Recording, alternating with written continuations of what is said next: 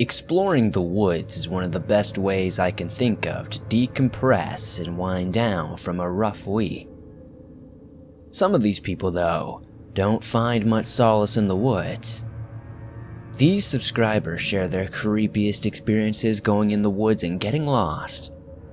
If you have a story that you'd like to hear in a future video, be sure to send it in to the email or the website that you can find in the description down below. Let's get into these tales of terror.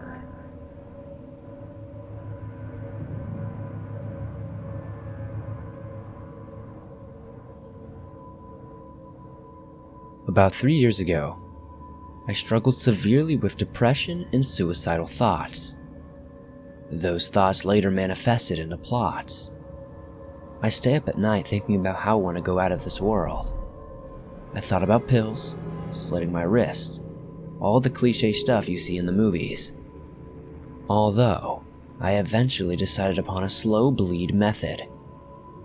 I constructed a plan to make a 2-hour drive from my house to the Inyo National Forest after work on a Friday and get lost. The plan was simple and stupid. I'd try to survive as long as possible until something killed me, be it dehydration or fatigue or whatever else nature had to throw my way. I ordered some survival essentials on Amazon, packed a bag, and left as planned. I don't know what made this slow bleed idea so seductive, but my mind was set to it. I had no idea where I was going, but that drive felt like I was 10 again and on my way to Disneyland with my parents for the first time. I felt so overjoyed and relieved. I got there, parked my car behind some bushes and started walking. It was about 5 o'clock and the sun was falling quickly. Bad planning on my part, so I started running, deeper and deeper into the forest. I would run, then tire, so I'd walk a while, then run again, and I repeated this process for about 3 hours. I stopped at a clearing in the trees. It was around a little patch of mostly dead grass and leaves. I pitched my tent, unrolled my sleeping bag, and fell asleep, happy as can be. The next morning was far less tranquil, however. I woke up feeling like I had a terrible hangover, and I had no idea where I was or how I'd gotten there for at least 5 minutes. I began breathing rapidly and started jogging in random directions, trying to retrace my steps. I ended up getting even more lost and separating myself from my gear and tent. I tried telling myself that this is what I wanted, but for some reason, I knew it wasn't anymore. I remember repeating "no choice" over and over again. That was a really cold night. I tried doing push-ups to keep me warm, but that hardly lasted. I tried singing Vienna by Billy Joel, but I was too cold and my teeth kept chattering. Although the cold was nothing compared to the fear. Every falling leaf or trickling sound of the stream was a vicious predator in my mind. There was a point where I couldn't tell whether I was shaking from fear or the cold or a mixture of both. Finally, the morning came and I slept through most of the day on the ground, with my back to a fallen tree stump. I woke at around 3 p.m. and once again I panicked. I began jogging in a seemingly random direction once again, until I hit the road I came on. That feeling of relief was something I will never be able to explain. It humbled me, yet lifted me up. I walked up the road until a very nice old man in a big black truck pulled over to see if I needed help. I told him I was hiking and got lost. He drove me up the road to my car and I drove home. That weekend changed everything for me. I have never had a suicidal thought again, and I got the help I needed to deal with my depression. This isn't very much of a survival story, but the whole experience changed my point of view on life and self-worth. I'm still working on constructing a suitable life for myself, but whenever I'm discouraged or I want to quit, I think back to that night in the forest, and after a quick shudder I realize just how much life means to me. It was a stupid plan, but I'm glad it was. I may not have survived a slightly more elaborate one.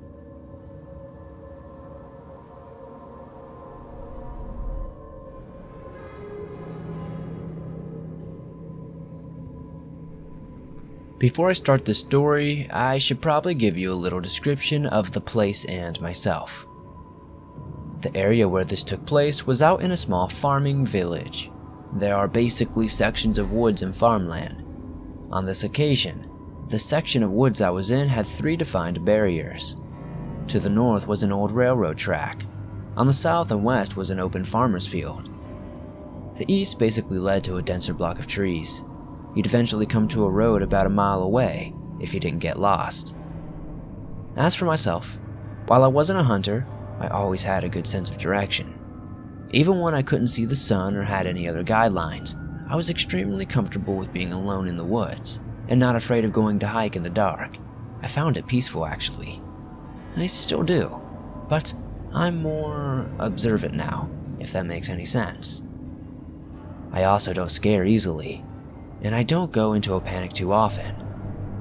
Finally, I am also somewhat observant to the spiritual world, having seen and felt entities before this. So, to begin my story, the day started like any other day on a winter afternoon. I thought that I would go out to explore some patches of woods that I mentioned before. I always found it intimidating, but being a young kid and having explored everything in the area, this was to be one of the new places I would map out. So, I set out with bare minimum gear, really just an extra set of gloves and my favorite hiking stick. I knew there were still a few hours of daylight left, and I figured this wouldn't take too long, so I didn't think I would need too much more than that. When I first entered the patch of woods, everything was still and noisy. I could hear squirrels, birds, and the wind in the trees. Seeing as it was my first time, I stuck close to the border, walking along the length of the field. Eventually, I came to the southern border and noticed a few interesting rock piles, and I went to investigate. That's where I made my first mistake.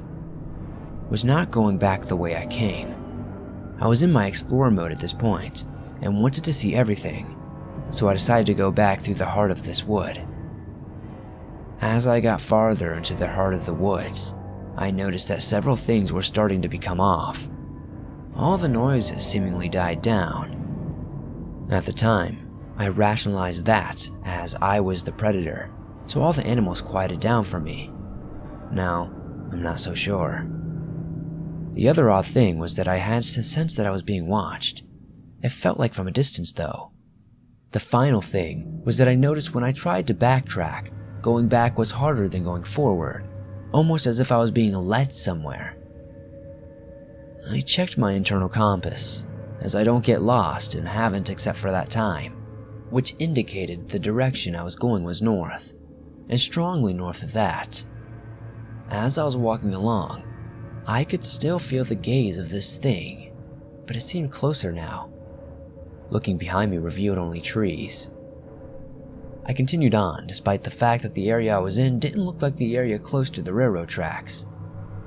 What I didn't know was that I was heading towards the deep patch of woods where it would be difficult to find someone. Suddenly, I felt the thing move closer still. There was no noise, and I tried to say it was all in my head, or a hunter was messing with me. But what didn't help was the fact that whatever this thing was, it was either so silent I couldn't hear it, or it wasn't something physical. I could feel this thing increase its pace. At this point, the trees up ahead thinned out and I came into a field. It took me a few minutes to realize where I was, and quickly made an adjustment to my course. I felt the thing again increase to my speed, narrowing down the gap between it and myself. I lunged deep into the railroad tracks, the northern border, and all the sounds came back. I could hear wildlife again, kids screaming at a nearby pond, and farther off I could hear vehicles. However, I still felt the eyes glaring daggers at me, just out of sight in the denser woods. It felt evil. The nasty energy radiated off whatever it was, but it would not show itself, nor did it step foot onto the railroad tracks. All on my way home, I still felt it following on its side of the woods, till I came to civilization, and it seemed to turn and leave. As to say what it was, I cannot say. I have experienced a similar feeling 2 places since then. Once at a cemetery, and the last at an asylum in Ohio. I hesitate to say it was a physical creature, as I never saw or really heard anything, but I did feel it. Looking back now, I'm wondering if it was possibly something that thought I was up to no good on its turf, and maybe it was purposely trying to scare me off. But why chase me deeper into the woods? I haven't been back to that area since, and I don't plan on going back anytime soon.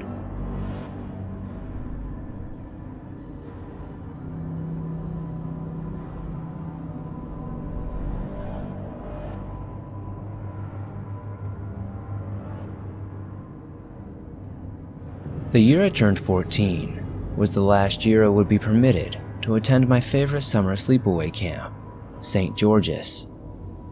The camp is located in Orkney Springs, Virginia, a sleepy little unincorporated community entirely centralized around the existence of the Orkney Springs Hotel.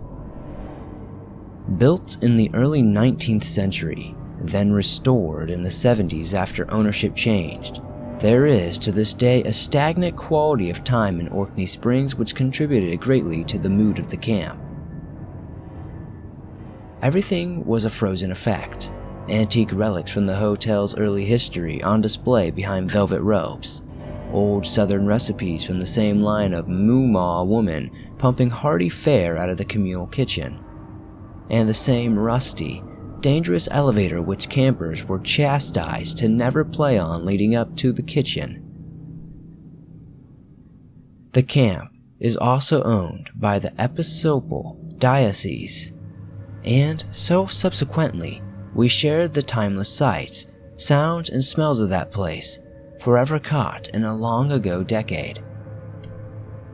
Being 15 is a fussy age, a little too old to enjoy macaroni art or tie-dye t-shirts or sing-alongs without that first hint of the self-conscious discomfort that comes with puberty. At 14, I was still content with these things, though they admittedly were already beginning to lose a little of their succor. As a camp senior, the option was given to me to pick one of the 3-day wilderness excursions: canoeing, hiking, or rock climbing. I chose canoeing, and then with 10 other campers and 3 counselors, we departed in a van with our boats for what I assume now was the south branch of the Potomac River. We would be crossing over into West Virginia at some point, though that was often the case. The joke goes at St. George's that you can pick blueberries until Virginia and take a pee in West Virginia all in the same 5 minutes. The first day out, we passed boats with rural hunters as our canoes dragged lazily through a reedy dip in the river. They were the kind of West Virginian hunters you see in horror films, with 3 teeth, overalls over bare skin, and big old bloodhounds piled in a wet next to them in their busted canoes. They cracked piss beer out of styrofoam coolers and spoke in a dialect so thickly garbled that I doubt even the counselors knew what they were saying. I remember one counselor holding a map out to the boat ahead of us, attempting to ask questions. The second day back out on the water under the burning hot sun, the counselors told us we were lost. Naturally, we were upset, but they reassured us that as long as we were following the river, eventually we would come out on the other end, nearing something familiar. Looking back now as an adult, I realized how young these counselors must have actually been, and I still wonder if their training was even adequate. The youngest might have been 17, the oldest in his early 20s, but I was 14 then, so I didn't want to think about any of those things. With little choice other than just to agree and keep rowing, we kept going forward. That afternoon, we pulled up on an unknown pebbly bank in order to make camp. A recent flood had torn debris from the river and washed it up on shores, as far up and down as the eye could see. All along the edge of the clearing, we found were natural teepee formations made of mangled tree trunks and wild, snarling branches. We dragged our canoes up the rocks to tuck them beside the trees, and I remember waves of tiny frogs fleeing in front of us in a green tide, and one fat toad that flopped on my boot toe wouldn't leave. Later, While hunting a suitable girl's latrine spot, I went inside one of the natural teepees and discovered the bloody skeletons of poached raccoons hanging wetly above. The blood hadn't completely dried yet. Their tails were still intact, fluffy in the breeze. A snuffed-out fire pit was directly below, and I thought the men with 3 teeth and their dogs were probably the ones likely to have done this. That night, we ate and sang camp songs and had s'mores and looked at the stars. After dark, for a briefly frightening time, a certain moaning noise began to intermittently come out of the woods. Our counselors quickly rushed to reassure us that the sounds were from cows, and that we must have camped at the very edge of a farmer's grazing property. We quickly accepted this and went to bed. The girls went to their tarp in one corner. Yards away, the counselors slept in their tent, and the boys' tarp sat on the farthest side of our grounds. I woke up deep in the middle of the night, with a mighty need to pee. I climbed out of the pile of snoring teenage girls, grabbed a flashlight and a bathroom kit, and ambled out into the trees to find a perfect spot. I don't remember being afraid in that particular moment, mostly interested in satisfying my bladder by emptying it. It was calm enough that when I encountered a strange figure a few minutes into my walk, I stopped, assuming it was one of my fellow campers. About 10 feet away from me, sitting on a broad, flat rock, was a young boy. He looked about my age, 14, maybe a weak 16. His head was buzzed and his hair looked pale, maybe blonde. It was cold outside in a way that only mountains can be at night, and yet he wasn't wearing a shirt. He was a little cave-chested, and he sat with one elbow propped up on his knee, barefoot in tattered, acid-washed jeans. He was smiling just a little and looking directly at me. My first inclination was anger. I thought at first that this was Alex, one of the boys camping with us who worked picking corn with his father. I was about to tell him off for being a creep and watching girls pee in the dark, when I realized that there were a few fundamental things about what I was looking at that were wrong. This was not Alex. This was not Alex. This definitely was not Alex. The boy's eyes flickered in the beam from my flashlight, like a deer or a cat does when they cross headlight beams on the road. There was a gold fluorescence to it that human eyes couldn't produce. I remember standing there for some time, just staring at him as my mind was trying to put this puzzle together. The length of time I stood there staring is the single detail I can attribute to knowing that this really happened to me, that it was real, when years later all I can think about is that science must have an answer to this somewhere, that the universe is so huge that we know so little about it, but that I know that I saw this, because I looked at him and he looked back at me, so directly, so incredibly aware of me and I, of him, until I realized I could see the trees behind him through his body. I could see through him, and he was smiling at me, and we were lost. There's a quality of fear when it becomes that incredibly intense which makes you entirely lose your grasp of time. All I know is that I dropped everything in my hands, my toilet paper, my flashlight, and I ran through the dark, and before I knew it, I was lost in the woods. I have no concept of how long I ran alone through the dark. I have never been this scared in my life, and I pray that I never will be again. Everything gets distorted. Time, breath, space, thought.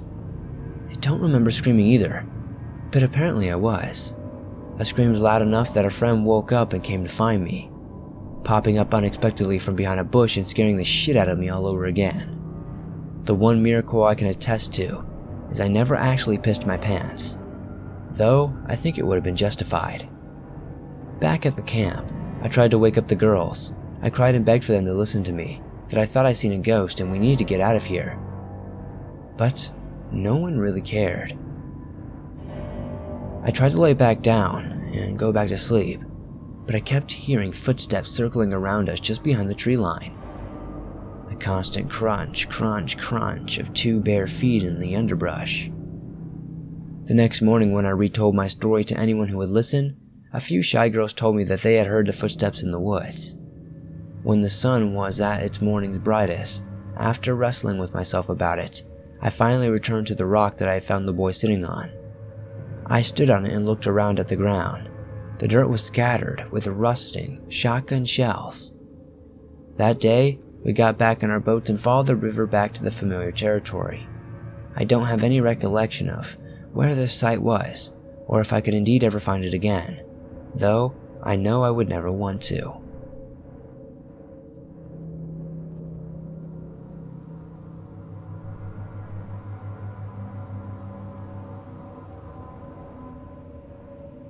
Behind the local college in my area, there are some beautiful woods. A deep rushing creek runs through it. It has a little bit of a valley, and it's literally paradise. There is a magical quality there, and even a little tree spirit that I always visit and leave a little tribute to. My bestie and I are avid harvesters, and the woods behind the college literally have everything. I've even found berry patches that aren't usually in the area, and all the local herbs and medicinal plants that you need. It's really amazing. Several years ago, we were cranberry picking in the fall. Now I'm not really good at keeping my bearings, so I basically just went wandering through the woods with my nose in the berry patches and enjoying spending the time with my friend. Sometimes we were on the trails, and sometimes we would break trail through the brush and forest to forage and wander. It's a small slice of woods in between two major roadways, with the college and residential areas at opposite ends, so the chances of getting lost are impossible, unless you are a total dunce. So I wasn't worried about getting lost where we were. We rounded up a hill, and there was a sort of clearing at the crest, with nothing but a tree sitting in the middle of it right by the path. Now, it is a spruce tree, and spruce trees can either grow straight, or if there are upheavals in the soil, they can curve in weird ways. This tree was curved into a reversed S shape, but instead of it looking like a natural growth, it looked like the tree had been twisted violently into an unnatural shape. I really can't describe it better than that. I grew up in spruce forest, and I've never seen a tree that I thought looked like it had been purposely warped like that.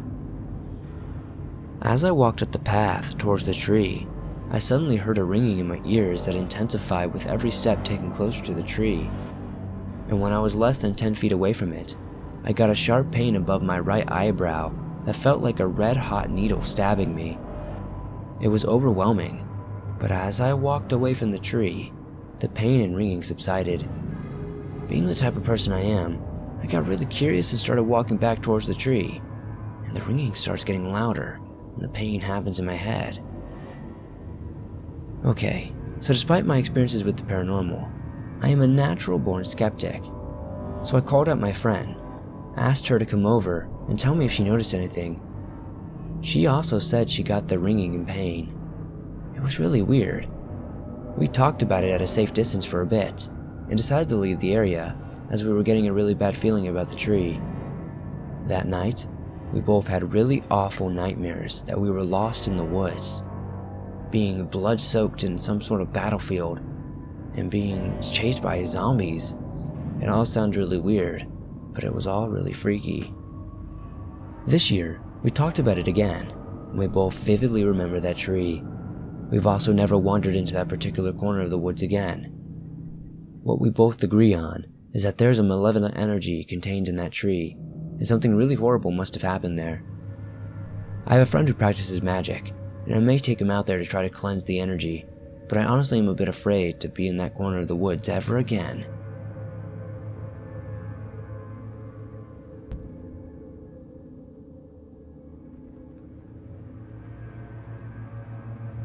Last year, I had a very strange experience in a national forest out in California. I was by myself on a road trip with my dog, and I was driving pretty far into the Mendocino National Forest. I like to camp in national parks and forests because it's isolated, so my dog can roam and they're free of charge. A trade-off for sketchy rough drives into parks sometimes and a lack of service and assistance. Anyway, I was driving up this dirt road kind of curling up a mountain around maybe 5 p.m. It was very nice out, sunny and warm with a slight breeze. Nothing serious happened, but I felt extremely uncomfortable driving into the area. That feeling did not let up. Driving up the mountain, I felt like I shouldn't stay there, and I texted my boyfriend that it just didn't feel right in this area. But my phone completely lost service very quickly.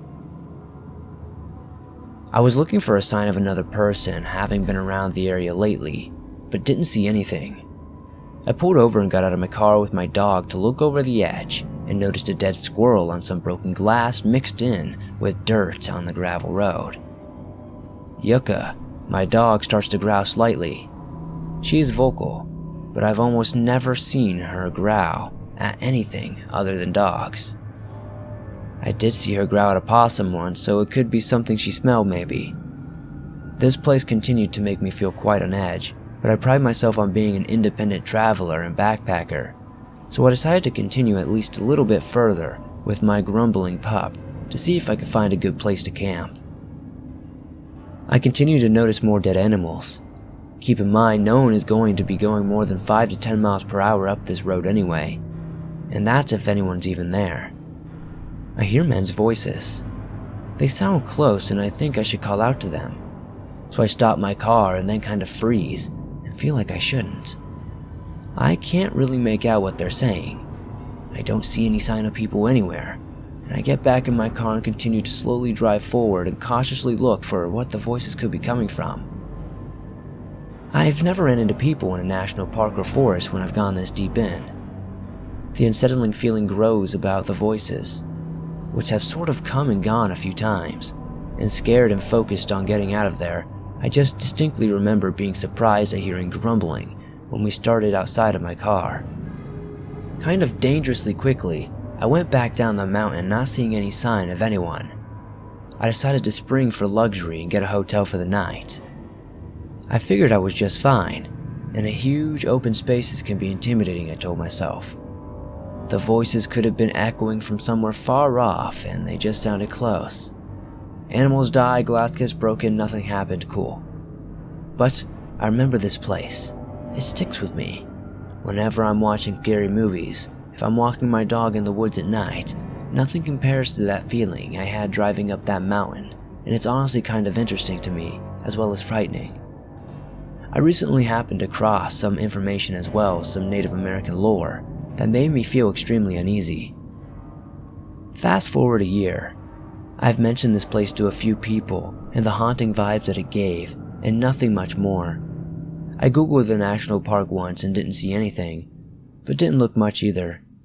I like scary movies and things of that nature, hence my fascination with this little event.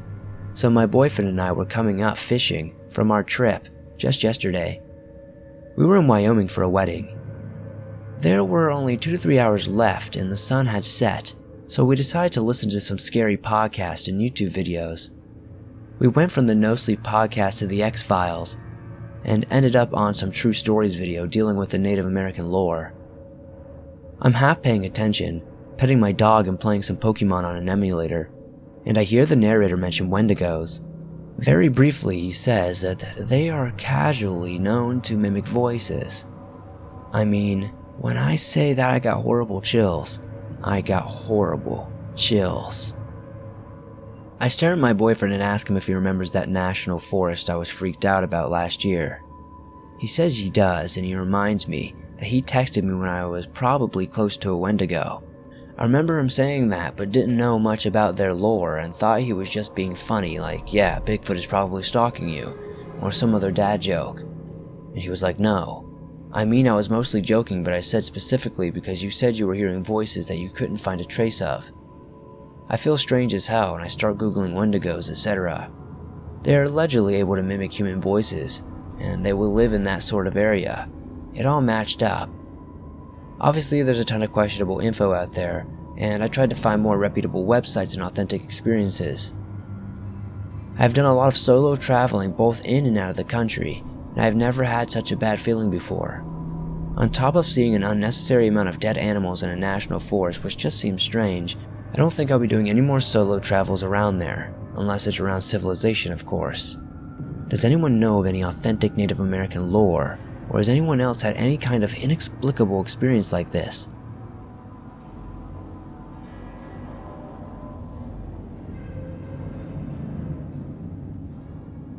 Hey guys, thanks for watching this video. If you enjoyed it, please hit that like button as it helps these videos reach more people. If you're new to the channel, hit that subscribe button and turn on notifications to never miss another video. I upload videos almost every single day on all things creepy and anomalous. If you have a story that you'd like to share in a future video, be sure to send it in to the website or the email that you can find in the description down below. I would love to share your story in a future video. What did you guys think about these creepy Lost in the Woods stories? They definitely had me on the edge of my seat reading them, as I hope they had you on the edge of yours. See you guys soon with another creepy video.